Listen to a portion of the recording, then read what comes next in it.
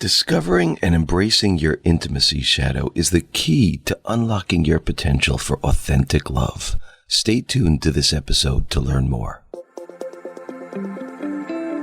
If you've ever been disillusioned, disappointed, or discouraged in your search for love, and you know there has to be a better way to find the healthy, soul-filling love you've always longed for, then you've discovered the podcast for you. I know, as Ken's work personally has led me to find the love of my life. So here's your host of Deeper Dating, Ken Page.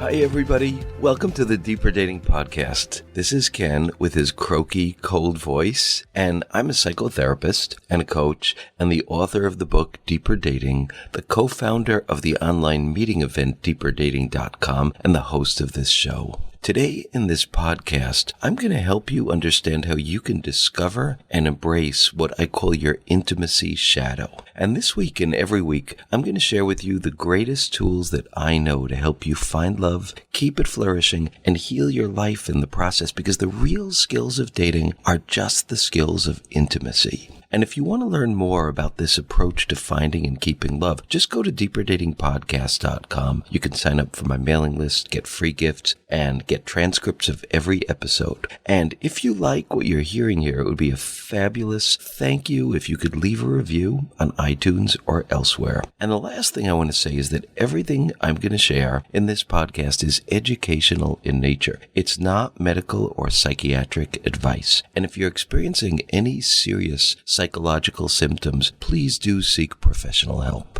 Okay, let's jump in.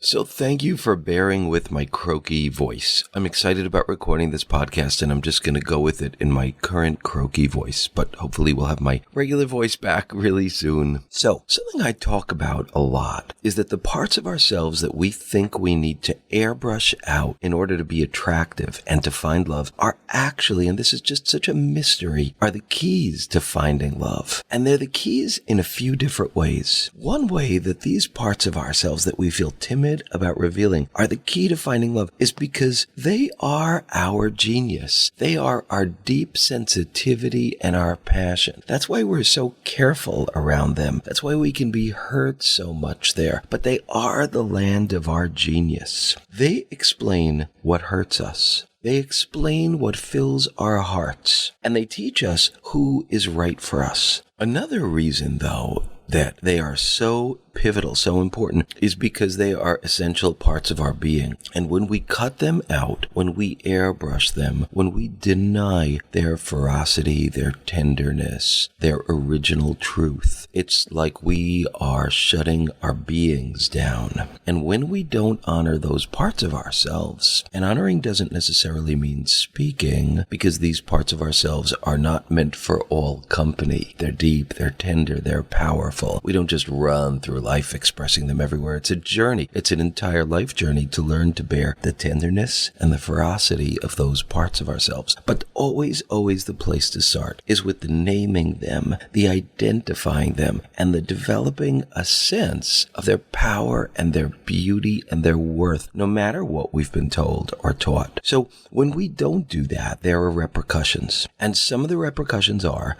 that we choose people who do not know how to honor these parts of us, and we get involved in a drama where we try to get them to love us for who we are, even though it's kind of an essentially failed task because it's based on our not being able to dignify those parts of ourselves, and it's being enacted with someone who also doesn't know how to dignify those parts of ourselves. The beautiful thing, and I talk about this all the time, is that the more we name and treasure and honor those parts of ourselves, the more our attractions change. And this is the single greatest piece of good news that I know for anybody seeking love. The more you name these parts of yourselves, we're going to talk more about how to do that in this episode, the more you will find yourself attracted to and meeting people who know how to treasure these parts of you. It's an amazing and essential truth, but it's not one we really get taught. Other kind of repercussions are that when we bury these parts of ourselves, we often feel shame and we often feel anger. We might not let ourselves consciously feel that anger, but it's there. Because who wants to be imprisoned? Who wants to be crushed? Our gifts certainly get pissed off if that happens to them. Who wants to be confined to a container that denies us freedom and self-honoring? So there's an anger that may be consciously felt or not. And then also, what happens is when we can't honor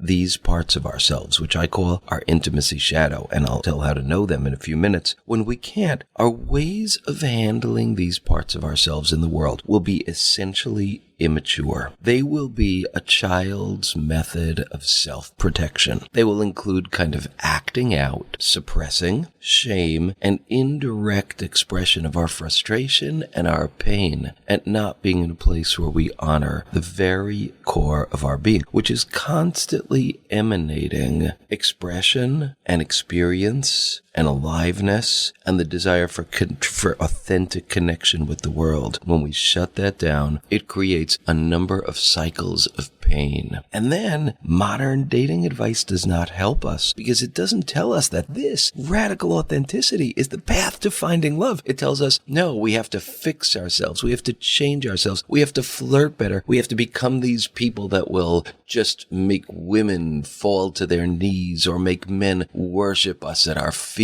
Like all of this crap that ultimately deeply, deeply takes us away from the serious, beautiful journey of finding love through authenticity. So these essential parts of ourselves that we have learned to hide or suppress in order to protect ourselves are shadow parts. And when we claim them, we find our heart. We dramatically increase our capacity for love, and we find access to a tremendous sense of personal power and also creativity, sense of freedom, eros, and just aliveness. And this reflects the most profound and meaningful paradox that I have encountered in my 3.5 decades of practice as a psychotherapist. And it's this: the parts of ourselves that we fear will scare love away are actually, in the end, the missing link to finding that love. So I'm going to give you a question that's going to help you find your own intimacy shadow. And on the surface, it's going to appear really innocuously simple. But if you tackle it honestly, and you could do this just like with all the other podcasts, you can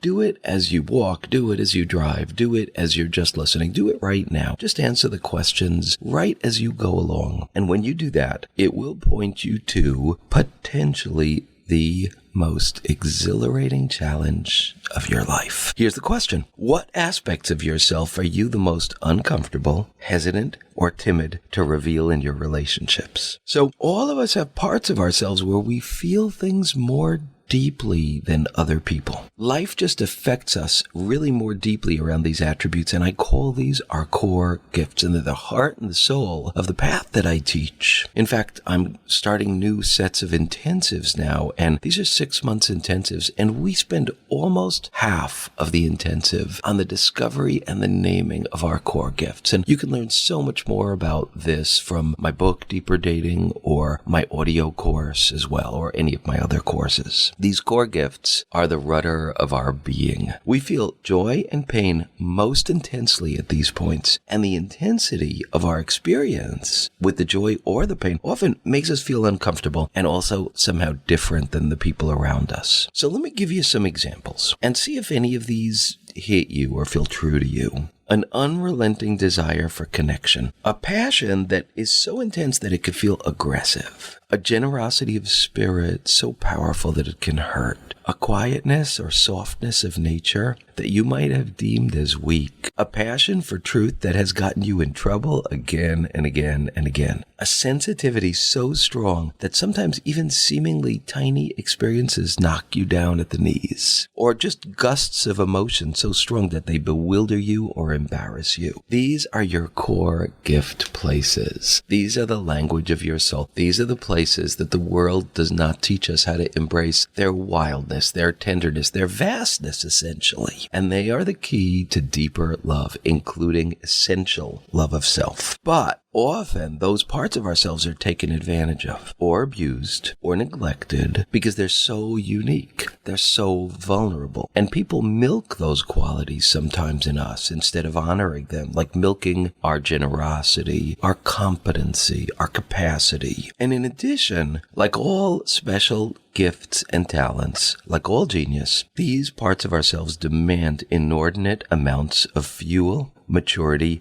and wisdom, and training, which most of us never receive. And so, as a result, these parts of ourselves become repositories of our deepest insecurities. But they also hold the key to understanding why love evades us. And Jung explained this beautifully through his seminal concept of the shadow. So, according to Jung, the shadow is our disowned self. It's the parts of ourselves that we think are unlovable, unworthy, too strange, unacceptable. And they're the parts of ourselves that really do spawn our deepest insecurities. But they're also the parts of ourselves that hold our greatest gifts. How amazing that we have been built this way, that the universe works this way, that this is kind of the deeper physics of finding and keeping love. How amazing that is. That the last place we want to look is the first place we should be looking, which is in the magic that we've been hurt by inside us, so we've pushed aside. How powerful. What an amazing story that is. It's kind of an epic journey, and it is the epic journey of deeper love. So ultimately, when we suppress those parts of ourselves, it protects us from immediate pain, but it keeps deeper love forever at arm's length, and it leaves us with a sense of emptiness and insecurities that eat at us. So to protect these parts of ourselves, we create immature defenses that are self-sabotaging, but they're the best we could do, that push away the very love we desire. Another thing that happens, and this is like, it's an amazing corollary, the degree to which we push those parts down is the degree to which we're going to be drawn to people who can't love us for who we are, or that we find that we meet people who can love us for who we are, and we can't sustain the dynamic joy of true intimacy in our love relationships. And that's because hiding these parts of ourselves is more than just avoidance. It is an act of quiet violence against our very nature, and it creates a terrible vacuum where our authenticity is supposed to be. And in the long run, that vacuum ends up being filled with relationships and situations that just diminish us. And this is how Jung said it. He said, that which we do not bring to consciousness appears in our life as fate. Or you might say, those core gifts that we do not learn how to treasure appear in our lives as crappy romantic relationships, as painful romantic relationships. So in my work as a psychotherapist and a teacher, my most essential task is to help my clients discover that those very parts of themselves they feel most hesitant to reveal reflect their life genius, a genius that the world probably never taught them to cultivate, channel, and express in positive ways. And the act of discovering the tremendous worth of these orphaned parts of ourselves creates an absolute sea change in our lives. And this is something that I have the privilege of seeing happen again and again, and has happened in my own life and continues to happen because God knows it's not like I have done it. It is a constant, ongoing process. And that's why I believe in practices like my exercise, my favorite exercise, which I teach in episode 3, which is the inner mentor processes, is one of my most powerful ways to help me kind of continue to deconstruct the shame and grow wisdom and capacity in embracing and expressing